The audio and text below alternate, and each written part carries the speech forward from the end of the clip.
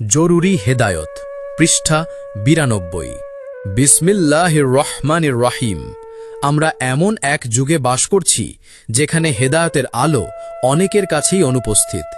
দুনিয়ার চাকচিক্য, প্রযুক্তির প্রলোভন এবং শয়তানের ধোঁকায় মানুষ সত্য পথ থেকে বিচ্যুত হয়ে যাচ্ছে।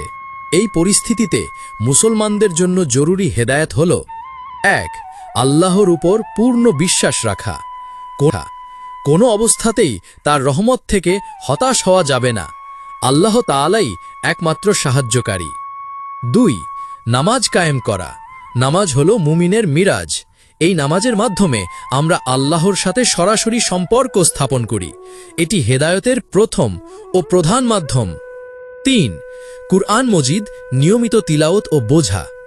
হেদায়েতের মূল উৎস হল আল কুরআন। কুরআনের আলো ছাড়া সত্য পথে হতাশ হওয়া যাবে না।